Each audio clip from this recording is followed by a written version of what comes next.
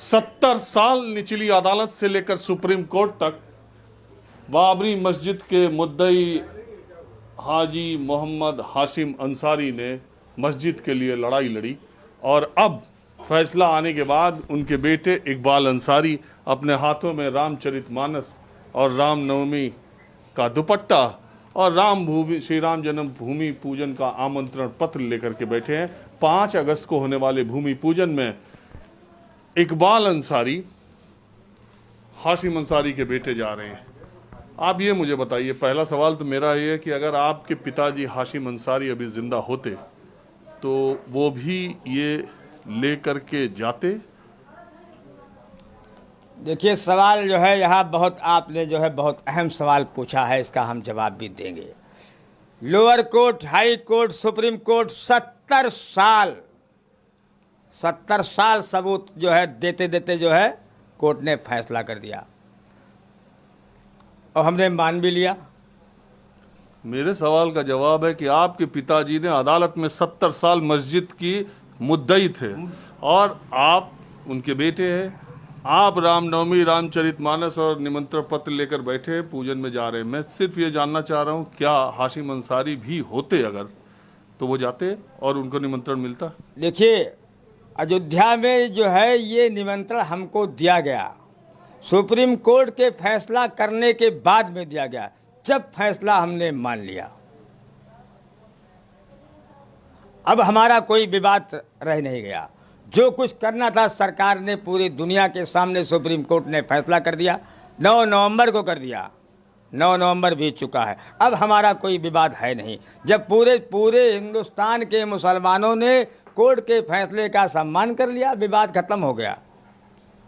तो आप ये तो कार्ड है, देखिए इनको मिला है और ये इन्होंने रामनवमी खरीदी है ना?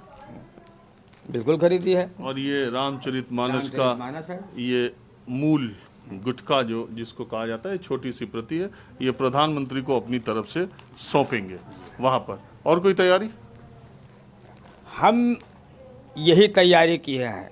ये हिंदू धर्म की किताब है, इसमें जो कुछ भी लिखा है, इन हिंदू इसी के जो है अपने धर्म के हिसाब से जो चलते हैं उसी में जो है महत्व इसकी बहुत ज़्यादा होती है, इसलिए ये किताब दे रहे हैं। जब आदमी जो है धर्म का जिसका ज्ञान होगा, लोग अच्छा काम करते हैं, अच्छे राह पे चलते हैं। ये वही किताब है कि हिंदू के लिए ये बहुत अहम किताब है, ये धार्मिक पुस्तक है। हम इसको पेश करेंगे प्रधानमंत्री के पास। ये आपने बहुत मतलब सटीक उपहार इस मौके पर खोजा है, रामनवमी और रामचरितमानस का मूल गुटखा। ये जो है ये एक मौके पर सटीक उपहार देने की एक बात होती है ना, तो आप दे रहे हैं और ये अच्छी पहल भी आपकी तरफ से है। दूसरी बात मैं ये कह रहा हूँ कि अब अयोध्या में जिस तरह का माहौल है इन दिनों, यहाँ पर मुसलमानों में आपको छोड़ के बाकी मुसलमानों में भी वही भावना है जो आप में है? देखिए, अब जो है जो भावनाएं हम में है वही भावनाएं सब लोगों में है, इसलिए कि मुकदमा अब खत्म हो चुका है। अदालत से जो हमको मिलना था वो मिल चुका है। और आप ये भी मानते हैं कि इसके बाद अयोध्या एक नई शुरुआत, एक नए विकास के रास्ते पर आगे बढ़ेगा? देखिए, हम पुराने विवाद को दोहराना भी नहीं चाहते। हम ये चाहते हैं कि मंदिर मस्जिद के विवाद से लोग लड़ते रहे, झगड़ते रहे, मिला कुछ नहीं। जब इससे लोग राजनीति में आ गए। 2000 में जब 2010 में फैसला आया था तो हमारे वालिद साहब ने उस फैसले को भी मान लिया था कि अब जो है इससे जो है खास तौर से मुसलमानों का नुकसान हो रहा है। जो सरकार कर दिया ठीक है। उसके बाद में लोग जो है विश्व हिंदू परिषद निर्मोही अखाड़ा नहीं माना, सुप्रीम कोर्ट पहुंच गया। अब वो पुरानी बात हो गई। अब मैं जा रहा हूँ। आप लगातार पूरे दिन मीडिया को इंटरव्यू दे ही रहे हैं। आप भी अयोध्या के मसले के एक प्रमुख पात्र हैं।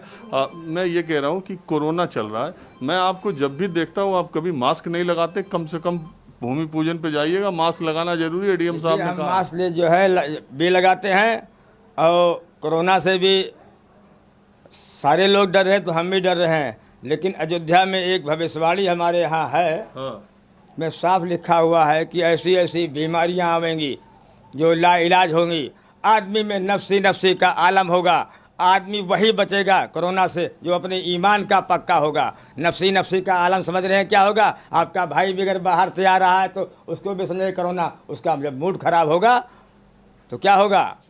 तो ये भविष्यवाणी पहले हो चुकी है, आज भी है। कोरोना से अगर बचना है तो लोग जो है दीन धर्म के रास्ते पे चलें, अच्छा काम अच्छी बात करें, एक दूसरे को नुकसान पहुंचाना बंद करें। कोरोना से, कोरोना का यही इलाज है। चलिए ठीक है, इलाज तो अभी दुनिया में कोई डॉक्टर वैज्ञानिक ढूंढ ही नहीं पाया। बहरहाल आपने हमसे बात की इकबाल भाई, उसके लिए बहुत शुक्रिया। राजीव रंजन, न्यूज़ 24 अयोध्या।